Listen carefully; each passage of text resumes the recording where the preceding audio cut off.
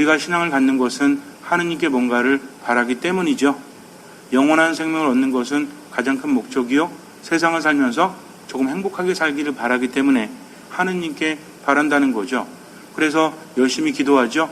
9일 기도도 하고 미사 참여도 열심히 하고 말씀도 묵상하면서 하느님께 받으려고 애를 쓰지 않습니까? 그런데 예수님께서는 마지막으로 어떻게 하면 하느님께 받을 수 있는지에 대해서 우리에게 알려주고 계십니다. 보통 시험 기간이 되면 선생님들이 정리를 해주시죠? 평상시에 수업 시간에 잘 못 들었다고 할지라도 언제만큼은 들어야 돼요? 마지막 정리할 때만큼은 제대로 들어야만 아쉽지 않을 수 있지 않습니까? 그래서 예수님의 말씀이 반복되어지면서 너희가 이렇게 하면 받을 것이다 라고 하면서 우리에게 하시는 이 말씀은 고별사에 속한다고 말씀드렸어요. 고별사가 뭐라고 그랬죠? 헤어지기 전에 하는 말이라고 했습니다. 그런데 이 헤어짐은 어떤 헤어짐이죠? 제자들과 영영 이별하는 거죠. 그래서 마지막 온 힘을 다해서 제자들에게 아주 진실로 말씀하시는 겁니다. 요약해 보면 이거죠. 어떻게 하면 된다? 주님 안에 머물면 된다. 나머지는 주님께서 다 해주신다. 그래서 우리가 다 외워야 될 말이 있어요. 나는 포도나무요, 너희는 가지로다. 이것만 잘 묵상해도 삶이 달라집니다. 가지가 나무에 붙어 있지 않으면 열매를 맺을 수 없다. 그러나 붙어 있으면 많은 열매를 맺는다. 너희는 나 없이 아무것도 할 수 없다라고 하십니다. 그러니까 예수님 안에 머물지 못하면 뭘 할 수 있다는 얘기예요? 아무것도 할 수 없다는 거죠. 그러니 내가 아둥바둥 살 필요가 있어요, 없어요? 없다는 것입니다. 뭐만 하면 돼요? 그분 안에 머물기만 하면 된다는 거죠. 열매를 맺는다는 것은 쉬운 일입니까? 어려운 일입니까? 어려운 일이죠. 그러나 가지가 열매를 맺긴 하지만 열매를 맺는 걸까요? 아니면 열매가 맺어지는 걸까요? 물론 가지가 열매를 맺지만 그러나 가지는 나무에 붙어 있으면서 영양분을 빨아들이면 열매는 맺어질 수밖에 없다는 것입니다. 이게 신앙에 있어서 우리가 잘 이해해야 되는 부분이에요. 내가 무엇인가를 하려고 하는 것이 아니라 해주시는 분은 누구시다? 주님이시다. 나는 뭐만 하면 돼요? 그분 안에 머물기만 하면 된다는 거죠. 이렇게 본다면 우리는 뭐만 잘 알면 되죠? 머무는 게 무엇인지만 잘 알면 돼요. 그런데 오늘 예수님께서는 또 말씀하십니다. 지난번에 말씀하신 대로 너희가 내 안에 머물기만 하면 그러면 너희가 청하는 것은 무엇이든지 아버지께서 그대로 이루어 주실 것이다. 말씀하신 다음에 오늘 또 뭐라고 하시냐면 마지막 계명을 주시면서 이 계명을 지키면 내 안에 머물 것이요. 너희들이 이 계명을 지켜서 내 안에 머물면 너희가 청하는 것은 무엇이든지 받을 것이다. 예수님께서 하시는 말씀은 우리가 열매를 맺고 그 열매가 계속 남아있게 하시기 위해서 무엇을 주십니까? 계명을 주신다는 거죠. 머문다는 게 뭐예요? 성당에 와가지고 그냥 하루 종일 앉아있으면 머무는 거예요? 그것이 아니라 무엇을 지켜야만? 너희가 내 계명을 지키면 너희는 내 안에 머무르게 된다라고 예수님께서 말씀하십니다. 종합해 보면 이거예요. 주님 안에 머문다는 것은 다른 것이 아니라 무엇이다? 그분의 계명을 지키는 것이다. 그런데 그분 안에 머물지 못하니까 점점 삶이 힘들어지는 겁니다. 제가 여러분들한테 늘 이해하라고 말씀드린 거 있죠? 우리 삶이 어디로 가고 있는가? 삶으로 가고 있는가? 죽음으로 가고 있는가? 이것들이 우리 삶을 알 수 있는 기준이라고 했습니다. 그렇다면 내 삶이 죽음으로 간다면 그런 징후들이 나타난다고 그랬죠? 또 삶으로 가도 그런 징후들이 나타난다고 했는데 죽음으로 가는 징후는 무엇이죠? 삶이 우울하다든지 삶이 불안하다든지 아니면 분노와 또 다른 고통 안에 있다든지 이건 결국 어디로 간다는 얘기예요? 죽음을 향해서 나아가고 있다는 겁니다. 여기에 대해서 우리가 알지 못하면 제대로 해결하지 못해요. 그러니까 어떻게 하면 되죠? 근본적으로 내 우울함을 없애고 슬픔을 없애고 내 고통을 없애는 방법은 무엇입니까? 방향을 돌려서 어디로 가면 돼요? 삶으로 가면 된다는 거죠. 여러 날을 굶으면 어떻게 되죠? 결국에는 죽죠. 그러니까 어떻게 하면 돼요? 살기 위해서 먹으면 되는 거죠. 먹는 행위는 어떤 길입니까? 죽는 길입니까? 사는 길입니까? 사는 길이라는 거죠. 이 구분을 잘 하셔야 돼요. 그래서 내 안의 우울함이나 슬픔에 대해서 구체적으로 없애는 것도 중요하지만 더욱더 중요한 것은 방향 자체가 어디로 가야 된다? 삶을 향해서 나아가야 한다고 했습니다. 그러면 삶이라는 것은 무엇입니까? 주님 안에 머문다는 게 삶이에요, 죽음이에요? 죽음이라는 것은 어디로부터 멀어진다고 그랬죠? 하느님으로부터 멀어지는 것이 죽음이다. 그러니까 삶이라는 것은 하느님 안에 온전히 머무는 것이라고 했죠. 그러면 내가 죽음으로 가고 있는 고통이나 또는 내 안에 불안감이나 이런 게 있을 때는 어디로 가면 된다는 얘기예요? 하느님 안으로 가면 된다고 했습니다. 예수님 안에, 주님 안에 머무는 것이 바로 하느님 안에 머무는 것이죠. 이제 종합합니다. 그렇다면 내가 바라는 것들이 이루어질 뿐만 아니라 내 삶 안에 있는 우울함이라든지 불안감이라든지 슬픔이라든지 고통이라든지 이런 것들이 사라지게 하기 위해서는 어떻게 하면 된다? 그저 하느님 안에 머물기만 하면 된다. 머문다는 것이 뭐라고 했죠, 아까? 무엇을 지킨다? 계명을 지킨다라고 했습니다. 그런데 그 계명은 무엇입니까? 너희는 서로 사랑하여라. 내가 너희를 사랑하였듯이 너희도 서로 사랑하여라 라는 계명이라는 거죠. 이거는 안 지켜도 되는 거예요? 아니면 반드시 지켜야 되는 거예요? 이제는 대답할 수 있죠. 안 지키면 어떻게 되니까? 죽으니까. 그러니까 지켜야만 그분 안에 머물 수 있고 살 수 있다는 것입니다. 그래서 이제는 삶 안에서 내가 힘들고 괴로운 이유를 여기서 찾아야 돼요. 아마 여러분들 머리가 좋으시니까 대답할 수 있으실 거예요. 내 삶이 힘들고 내 삶이 고통스러운 이유는 무엇이 없기 때문입니까? 종합해 보세요, 한번. 이 모든 것들을. 무엇이 없기 때문이죠? 사랑이 없기 때문입니다. 왜? 사랑이 없으면 어디 안에 머물지 못하니까? 요한 1서에서 우리에게 말해주고 있죠? 사랑하는 사람은 누구나 하느님을 압니다.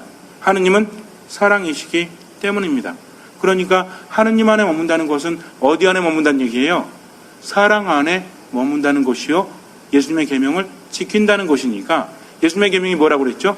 너희는 서로 사랑하여라. 내가 너희를 사랑하였듯이 너희도 서로 사랑하여라. 그러면 이제 우리는 알 수 있어요. 내 삶이 힘들고 괴롭고 우울하고 절망으로 가는 것은 내 안에 무엇이 없기 때문입니까? 사랑이 없기 때문이요, 사랑을 실천하지 않기 때문이라는 거죠. 그러니까 살기 위해서는 어떻게 하면 돼요?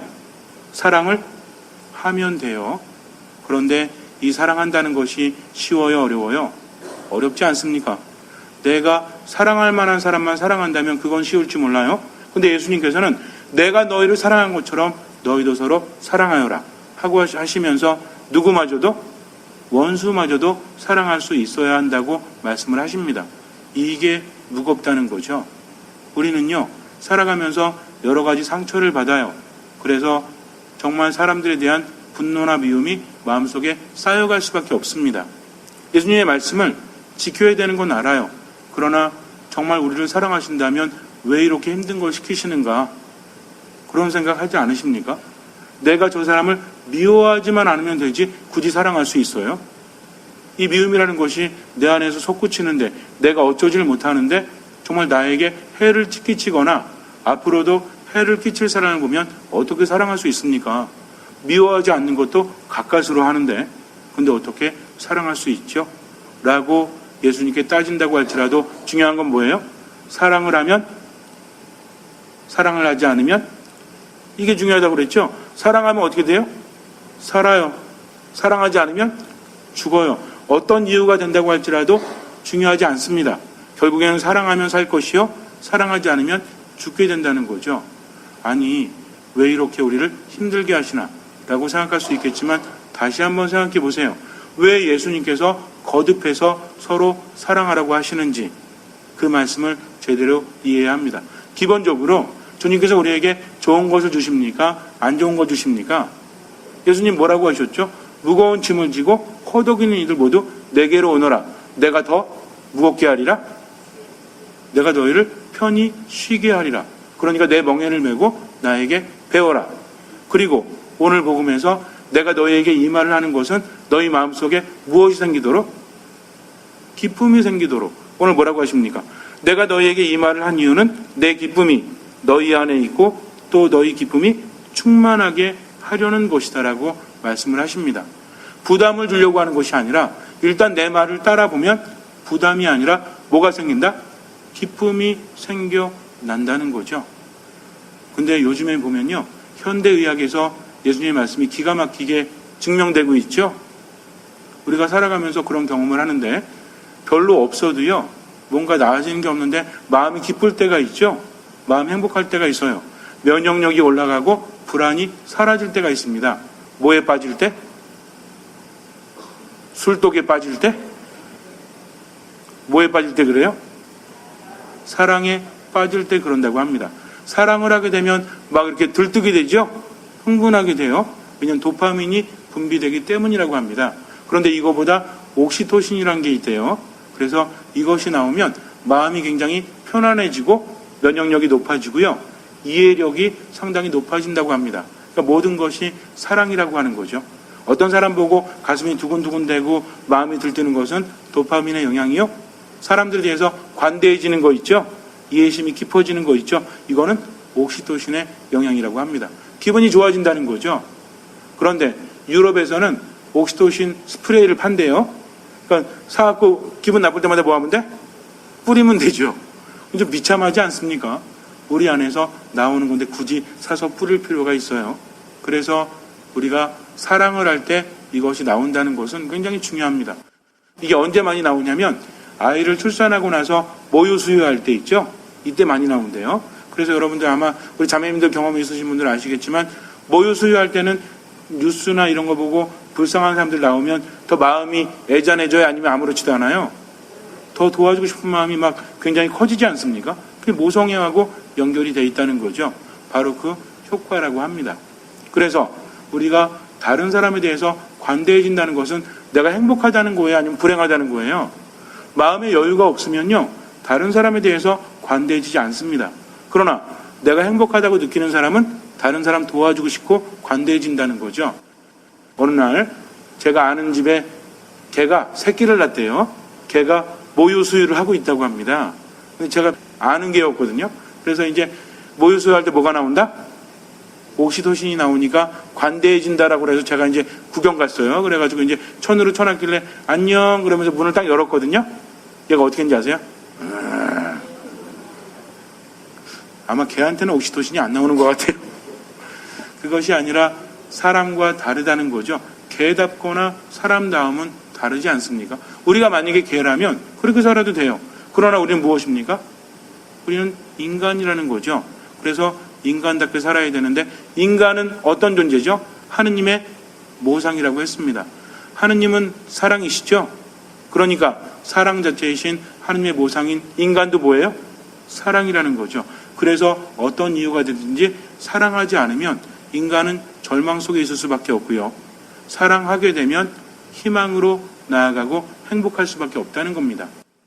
벌 한 마리가 화단을 날아다니고 있는데 그 옆에 거미줄이 하나가 있었습니다. 근데 거미가 굉장히 컸어요. 근데 이 벌이 날아가는 방향을 보니까 거미줄 향해서 가고 있거든요. 거미줄에 딱 걸리면 어떻게 되죠? 죽죠? 그러니까 저는 얘 거미줄 안 걸리게 하려고 이렇게 팔로 이렇게 했거든요. 그랬더니 얘가 이제 저를 피해서 날아가려고. 제가 계속 그러니까 어떻게 하려고 그러겠어요? 쏘려고 그러죠? 도망갔어요. 근데 무서워서 도망간 게 아니라 벌을 살리기 위해서 도망갔습니다. 왜? 벌은 한 번 쏘면 죽으니까. 말벌하고는 달라요. 말벌 침과 꿀벌의 침이 다른 거 아세요? 말벌은 갈고리가 없대요, 이렇게. 그래서 쐈다가 다시 뺀다는 거죠. 독만 넣고. 근데 꿀벌은 어때요? 한번 쏘이면 이게 막 들어가잖아요, 이렇게.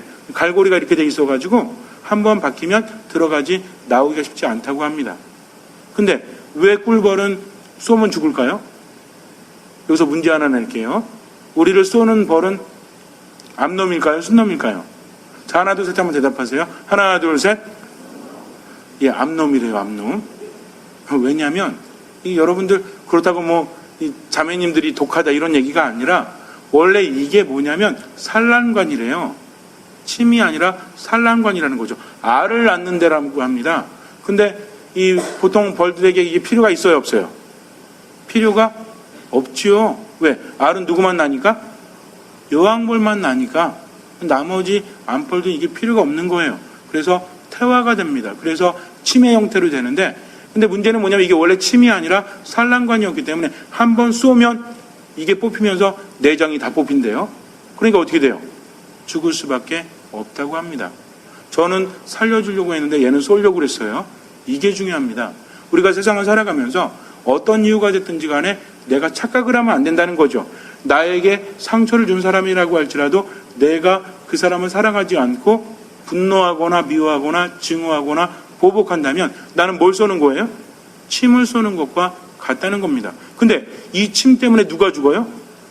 우린 경험상으로 알 수 있죠. 어떤 사람에 대해서 증오를 가지고 있거나 미움을 가지고 있거나 보복하려는 마음 가지고 있으면 누가 병에 걸려요? 내가 병에 걸리지 않습니까? 스트레스가 돼서 내 몸과 마음이 망가진다는 거죠. 물론 우리에게 침이 하나만 있는 건 아니에요. 주님께서 그때마다 치유해 주시는데 문제는 뭐냐면 그분 안에 머물지 못하고 자꾸만 상처받으니까 상처 주면서 또 받고 상처 주면서 또 받고 사람 죽이면서 자기가 죽고 있기 때문입니다.